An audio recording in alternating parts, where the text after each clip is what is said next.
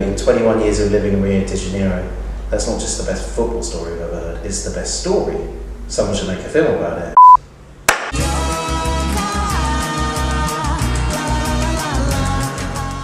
I'm Louis Myles, director of Kaiser, the greatest footballer never to play football. And I'm Tom Markham, producer of the same film. It seems to me like a story that's kind of hard to just fall across. So how did you guys discover Kaiser? Well, we found Kaiser through another friend, Rob Fulham, who's an oil broker in the city. And he was having a slow day and found us on a Reddit forum in Portuguese and translated it from Portuguese. And he showed it to me and I looked at it and said, there's no way the story could be true. I've never heard anything about it. Just seems completely ridiculous. Acho que é o único cidadão do planeta que, durante 26 anos, jogou futebol sem colocar um chute. Essa história de não jogador de futebol, não joguei, não fiz gol, não dei chute. That was 2013. 2014 we went to the World Cup in Brazil and it came up twice, 2 nights in a row with a load of Brazilians that worked in the football industry, few shoppy beer over there or caipirinhas, and we were asking all the questions and it turned out that it was completely true. So we came back, we found Louis, who I worked with on the Football Manager documentary, and he got very excited about the project and took it from there. Yeah, so I think it was a night out in Islington, and I told me the story. I was like, this is incredible. Why has no one made this film before?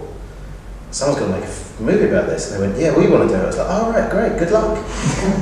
And then they were like, no, do you want to do it? I was like, yeah, definitely, let's go. And then Tim Vickery was in London that week or that month. Yeah. And Tim, for those who don't know, is a South American football correspondent for quite a lot of outlets around the world. And we met Tim, and I'd known Tim for a long time, and he just said, we met him in a bar, and he just said, you know, in 21 years of living in Rio de Janeiro, that's not just the best football story I've ever heard, it's the best story. Someone should make a film about it. And we went, well, we want to do it. We went, oh great, go now. You're obviously dealing with a conman here. So we had to find this guy, but ultimately we had to create a deal that would appeal to a conman, but that would mean that we'd still have his life rights. So ultimately, if you turned up and gave him a bag with 10 grand in it, he's probably going to try and go and sell that to 20 other people. So we decided that we gave him some money up front, we gave him some money every time we saw him, but we also gave him a chunk of the film, which meant that he had buy-in and he was involved in the whole process. There's a lot of articles about Kaiser, and he was either football's greatest conman, football's greatest storyteller, or football's greatest liar. And you couldn't really find out what was true and what's not. And so we knew that we were entering into this world whereby he scams every single day of his life. So he scammed his way into being a celebrity footballer for so long that you knew you couldn't take everything he said quite literally. So, you know, the first few trips are really like the world according to Kaiser, because he has these incredible stories and they're really funny. I mean, I've never spent so much time laughing in my life. And then there was a case of like, right, okay, how do we back this up? And then you have to go and find other people to talk about it. And then challenges as well included, you know, getting some of the most famous players in Brazil to come on and speak about Kaiser. And obviously, if you've read up about the story a little bit, you'll know that you know, he was a provider of things that, you know, they probably shouldn't have been doing. So, you know, quite a lot of people might not be keen on doing that, so you had to get them on board. Then you had to go and get other characters as well. So I mean, we were speaking to the mafia and chief of police and actors, absolutely everyone. I mean, everyone had something to say on Kaiser. Absolutely everyone. Kaiser não jogava nada, velho. A conclusão que a gente chegou foi essa. E porque ele não jogava nada. O problema dele era único só, a bola. Fazia tudo bem, mas o problema dele era a bola. The only person we didn't get, and we nearly did get him on the last trip, was Romario, but you know, he's now in the government of Rio, so I mean, he can understand him not necessarily wanting to do it, but yeah, we were. But a lot of these guys have genuine affection for Kaiser. So they actually really liked the guy. So almost it was difficult to find people, and that's what Louis was talking about, expanding on the story and finding what was really happening behind the scenes. But Zico, not to give too much away on the film, obviously isn't Kaiser's biggest fan. A few others obviously say things that Kaiser doesn't necessarily like, but we found that 99% of the people that we encountered actually just really liked this guy, that he oozed charisma and he was someone that they wanted to spend time with. I mean, this is the thing, it's like Bebeto made Carlos Alberto Torres give Kaiser a training contract at Flamengo, the biggest club in South America. And then you're kind of just sitting there going, hang on, has he just said that? You know, has he just actually said? He said, no, you've got to let Kaiser play, you've got to take him on. You know, and that's the magnitude of the con that, you know, we always say, you look at Frank Abagnale Jr., anyone can fake a few checks and put on a pilot's outfit, but not many people can sustain a 20+ year career in the most difficult place to make it as a professional footballer in the last golden era when they all played domestically. There are parts of it that are a lot darker. You mentioned dealing with mafia bosses, and there's a lot of criminality and those sort of unsavoury characters in the film, and obviously you're telling a true story here. So how much did you feel a sort of responsibility to strike a balance between keeping the vibrancy and the pace of the film, but without sort of brushing aside these like darker elements? I think the great thing with documentaries is that you can introduce people to these worlds, and in order to understand Kaiser's story, you have to really delve into the world of 1980s and 1990s Brazil. And it's not just the footballers around here and the clubs and the people involved in that club, it's how society works there. And so it was great for me to go and research all of that, and research how Rio works as a city, who's where, who's running the city, who's in charge, what sort of the issues that people face. And a lot of that never really sees the film. So my job then, and Steve Williams, the editor as well, is to condense all that and put it in there. Now, luckily for us, quite a lot of the criminal elements were quite characters within their own right as well. So I didn't feel as though we had to have this stupendously dark overtone, and also potentially not really needed as well. I mean, I think once you get that someone's a mafia boss, then you realise it's a dangerous situation. But there is light and shade in the film apart from that, and that I think it's better for it. The other thing with the film is a lot of it is what you see is what you get. That's how we were trying to portray our experience and how we dealt with this in a cat and mouse way. And not a lot of it was scripted.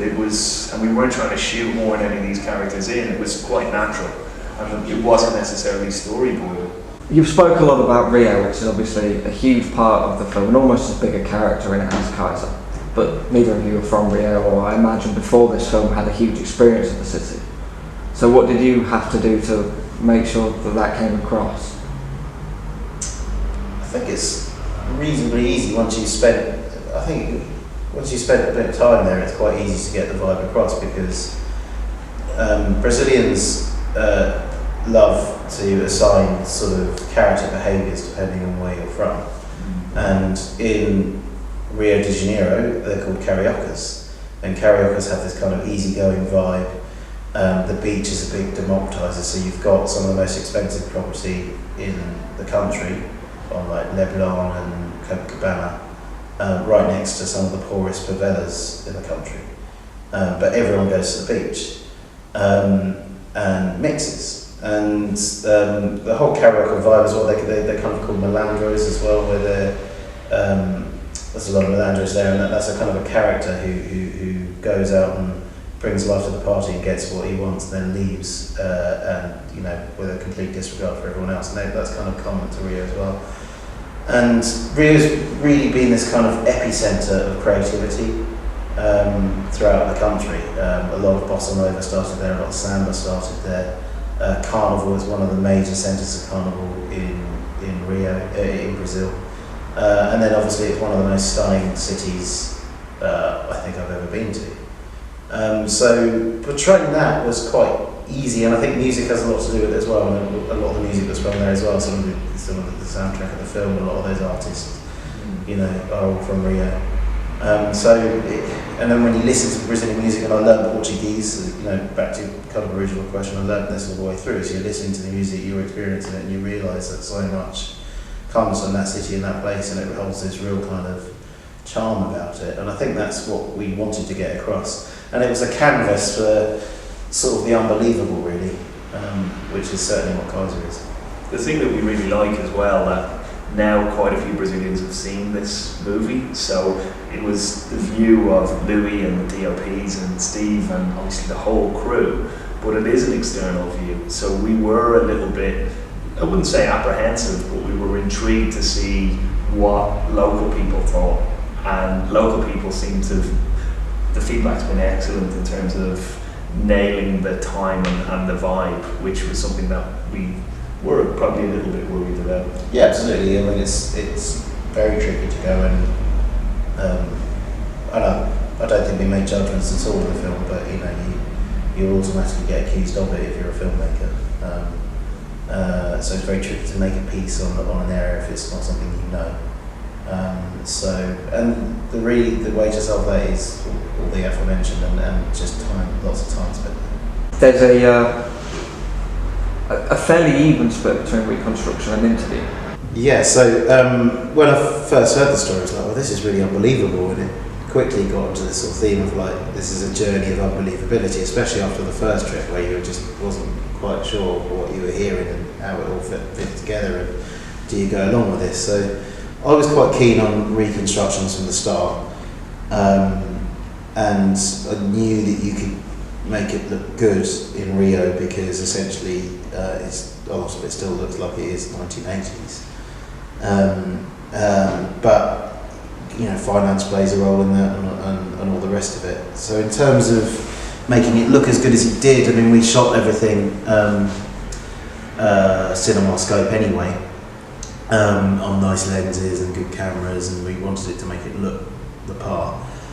But when it came around to doing the drama, once we got ahead with making that happen, we sort of did a lot of research into lens types that are around that are used in movies at the time.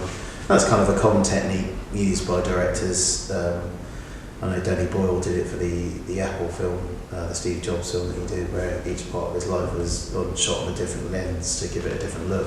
So we ended up using some K35 lenses, some real vintage stuff, and worked with that, and had a really good art department, really good casting, really good actors, and then, you know, Brazilians are fantastically creative people, so you know, they're working together with those guys. And we work with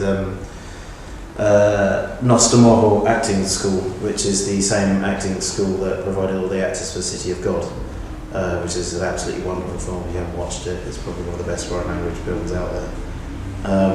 And so we knew we were going to get great actors, and we'd obviously gone through that whole casting process. And yeah, and then when you're doing the drama, we were out there for 3 weeks, essentially shooting sort of 15 minutes of drama, which seems like a lot, but there's a lot of different setups and a lot of different plays to happen.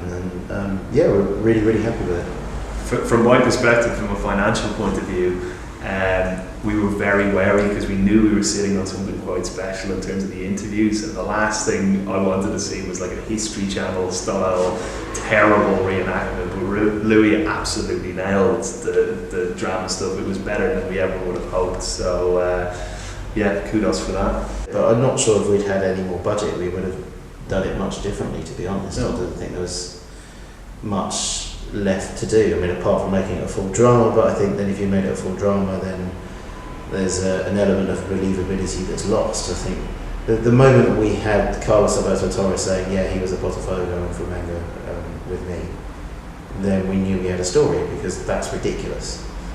You can that's just utterly ridiculous. You possibly won't be able to say, but was there anything that came out of them or from Kaiser himself that felt too outlandish or just didn't suit the 3-act structure you were working towards? Well, he just kept on saying he was a good footballer and he didn't really want to play, was the most outlandish thing, I think, because The really, really outlandish stuff we can't say because it's like litigious, right? Affairs with certain people, things he sorted out for other people that not necessarily right. And I have absolutely no doubt that all that stuff is true, like without doubt. And because not only he, quite often he didn't say it, other people would say it, and then other people would back it up, and then you'd ask Kaiser, and he's like, yeah, that's kind of what I did. He really was the man about town. Everything ran through him. So, well, so much so that Carlos Alberto Torres said that he had more influence in Rio society than he did as the captain of the 1970 Brazil World Cup winning team. Yeah. But not to go into detail, but some of the people who he was friends with included anyone from George Michael to Roberto Baggio, he claimed, which we were not so sure about. Diego Maradona was definitely one of the great friends of Maradona. Conducting affairs with international superstar singers. All of which I can pretty much think would happen, to be honest, quite wouldn't. O divertimento é sexo, é uma doença, como Michael Douglas dizem que tem. And he's clearly a very complex character, but again, I'm not going to give anything away about the film here. It's not all good times for him, and there are things about him that are very hard to warm to, and there are things that he's been involved in that you can't really justify. So I just like to say, you've spent a lot of time with him. Reflect on that. How do you feel about him as a man? When filming Raps, I had enough, I think, because it's a lot to take on, and especially where you're the kind of, you're the kind of conduit to kind of his future life in a way, really. Now it's sort of a year and a bit after we last filmed with him and it's all done. I kind of miss him. I miss the stories. I miss the inordinate amounts of BS. And the stories and the little scams he's up to, and they make me laugh. And in terms of being a complex character, I think that's kind of what makes the film good. I think if there was anything without any retribution, if there wasn't any shade in anything, it would be a pretty boring film. And also life isn't like that anyway. As I get older, certainly you realise that no one's really perfect. It doesn't. Well, I knew that anyway, but it's a short life but a long life, if you know what I mean. And so he's had to face up to some home truths, which we intentionally brought out. And to be fair to him, I think he didn't hide back from a lot of it. He didn't have to do that. He could have just not done it. So the beauty of it is he was different things to different people. So everyone seemed to have a different view on this, and even now we've done a lot of Q&As on the film. We've seen people who absolutely love this guy and people who despise him and everything in between. So and that's, we wanted to reflect, because that was even the view of our kids. Yeah, exactly. And it's a view of us as well. And I just think, well, you know what, it's a talking point, isn't it? And that only benefits the film, and I don't like to judge. I don't like to judge people, to be honest, because I just think there's all so many circumstances to anyone's particular life. He could have been, he was poor in Rio de Janeiro. I mean, there's 65% of kids in Brazil are in extreme poverty, and the only way really to make money is to get an amazing education, which is very tough. Become a footballer, also very tough. Or go into a life of crime. Otherwise, even middle class jobs in Brazil, live in favelas. People that do that live in favelas. It's not an easy life. And so Kaiser picked the option of being a footballer with absolutely no talent, and became one, and appeared on Brazilian version of Match of the Day several times as a pundit. Had his own nightclubs, can walk into any restaurant in Rio and eat for free, can do what he wants. I think it's pretty remarkable, to be honest. Yeah.